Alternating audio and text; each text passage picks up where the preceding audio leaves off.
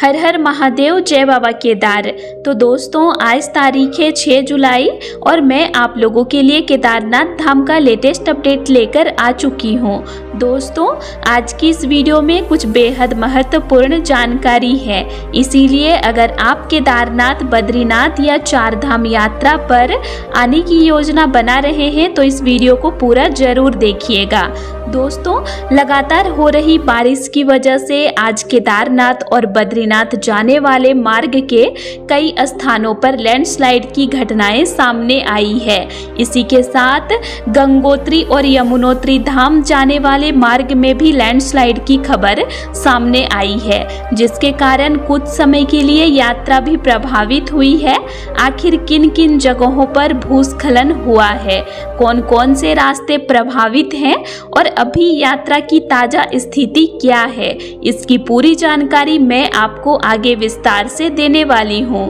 इसी के साथ अलकनंदा नदी का जल स्तर भी लगातार बढ़ रहा है, जिसके चलते प्रशासन पूरी तरह अलर्ट मोड पर है। सुरक्षा व्यवस्था बढ़ा दी गई है और यात्रियों से भी विशेष सावधानी बरतने की अपील की जा रही है।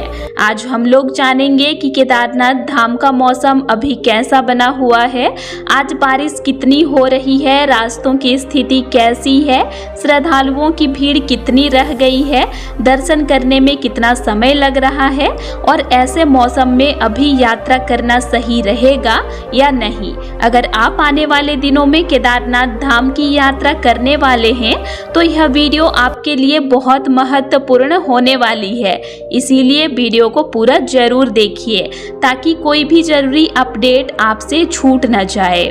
और दोस्तों, वीडियो में आगे बढ़ने से पहले एक छोटी सी काम की बात, अगर आप में से कोई भी इस साल चार धाम यात्रा जाने का प्लान बना रहे हैं लेकिन होटल, खाना या ट्रांसपोर्ट को लेकर टेंशन में है, तो मैं आपको एक आसान तरीका बता दूं। देवस्थान एक्सपर्ट के साथ आप अपनी पूरी यात्रा पहले से प्लान कर सकते हैं।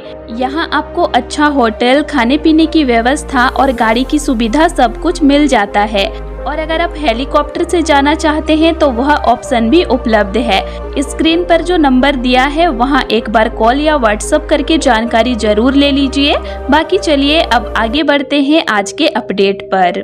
तो दोस्तों, सबसे पहले बात कर लेते हैं आज के सबसे बड़े अपडेट की, यानी केदारनाथ धाम जाने वाले यात्रा मार्ग की। दोस्तों, पिछले कई दिनों से उत्तराखंड में लगातार बारिश हो रही है, लेकिन कल रात हुई भारी बारिश का असर आज साफ देखने को मिल रहा है।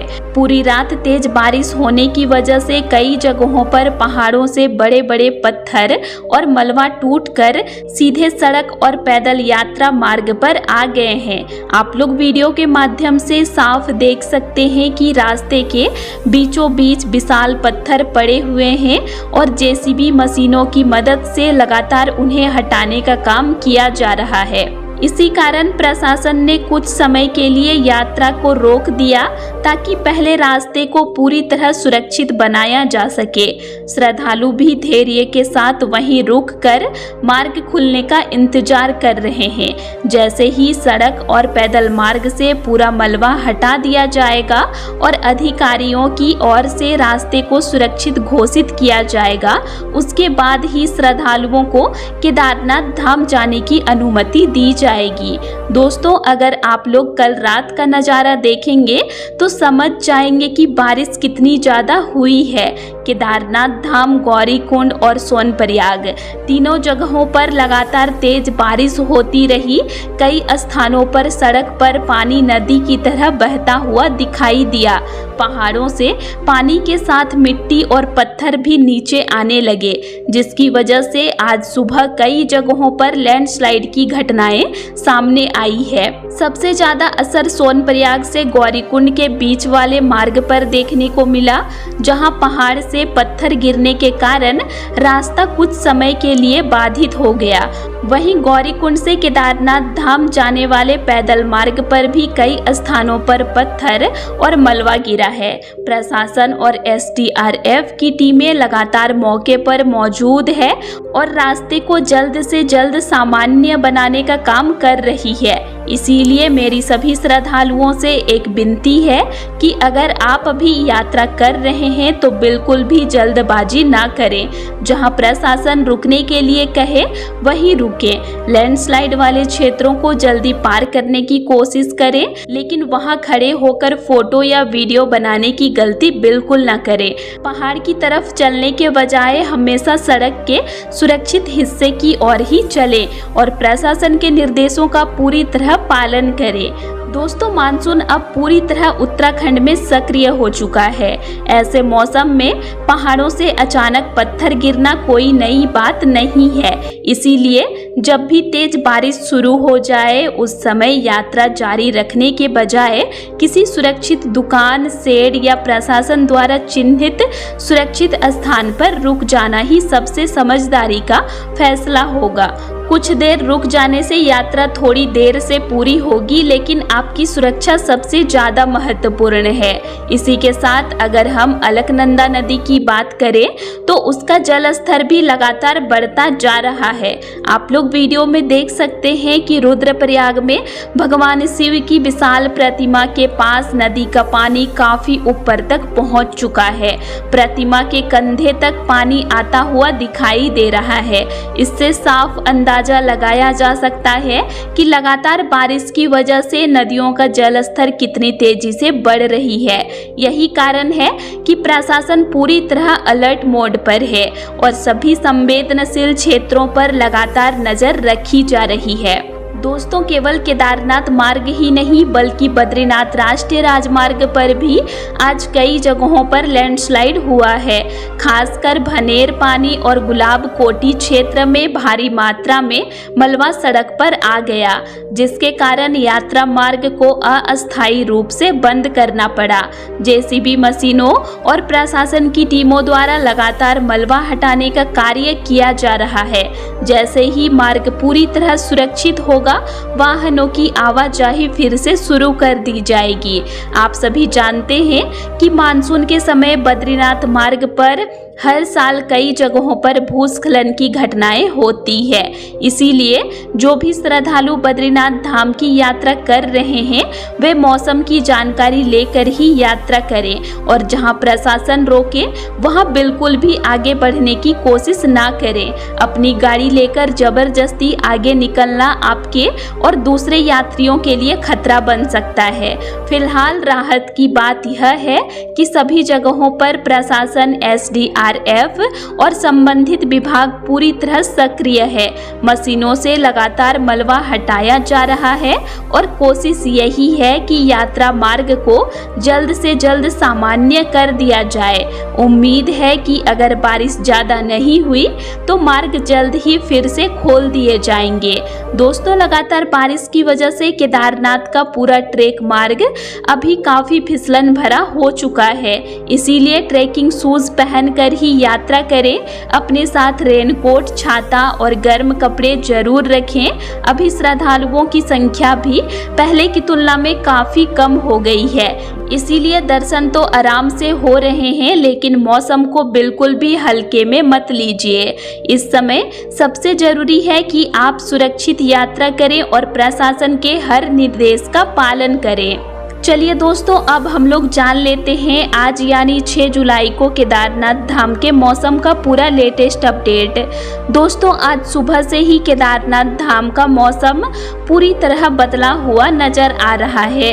अगर आप आज केदारनाथ की लाइव तस्वीरें देखेंगे तो चारों तरफ सिर्फ सफ़ेद कोहरा और घने बादल ही दिखाई दे रहे हैं।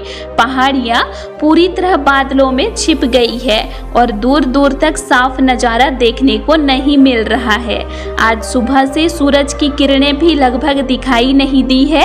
पूरा वातावरण ठंडा, नम और मानसून वाला बना हुआ है। बारिश भी रुक रुक रुक कर हल्की मात्रा में होती रही है।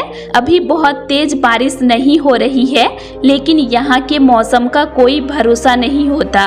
कुछ ही मिनटों में हल्की बारिश अचानक तेज बारिश में बदल सकती है। इसीलिए जो भी श्रद्धालु इस समय यात्रा कर रहे हैं, उन्हें हर समय मौसम को देखते हुए ही आगे बढ़ना चाहिए। दोस्तों, कल रात हुई लगातार भारी बारिश का असर आज साफ दिखाई दे रहा है। रास्ते पूरी तरह गीले हो चुके हैं और कई जगहों पर काफी ज्यादा फिसलन हो गई है। इसी वजह से जहां जहां लैंडस्लाइड हुआ है, वहां प्रशासन ने सुरक्षा के लिए श्रद्धालुओं को कुछ समय के लिए रोक दिया है।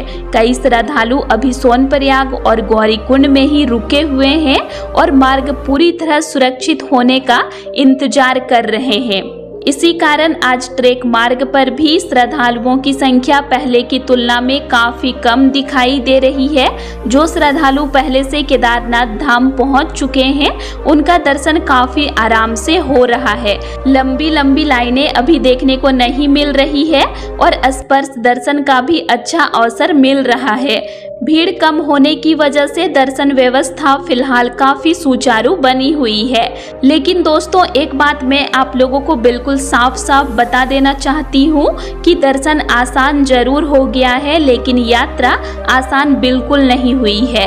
इस समय सबसे बड़ी चुनौती रास्तों की स्थिति है। लगातार बारिश की वजह से ट्रेक मार्ग कई जगहों पर फिसलन भरा हो चुका है। कहीं कहीं छोटे छोटे पत्थर भी गिर रहे हैं, इसीलिए चलते समय बहुत ज़्यादा सावधानी रखने की ज़रूरत है। अगर आप अभी यात्रा पर आने की योजना बना रहे हैं, तो केवल भीड़ कम को देखकर फैसला मत कीजिए। पहले अपनी शारीरिक तैयारी भी जरूर देखिए।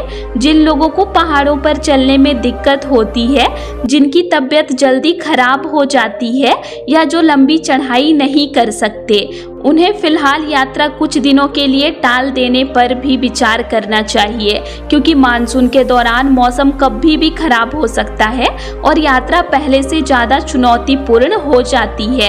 दोस्तों, घोड़े खच्चर, पालकी और पिट्ठू की सेवाएं भी अभी पूरी तरह बंद नहीं है, लेकिन लगातार बारिश और फिसलन की वजह से उनकी संख्या पहले से कम हो गई है।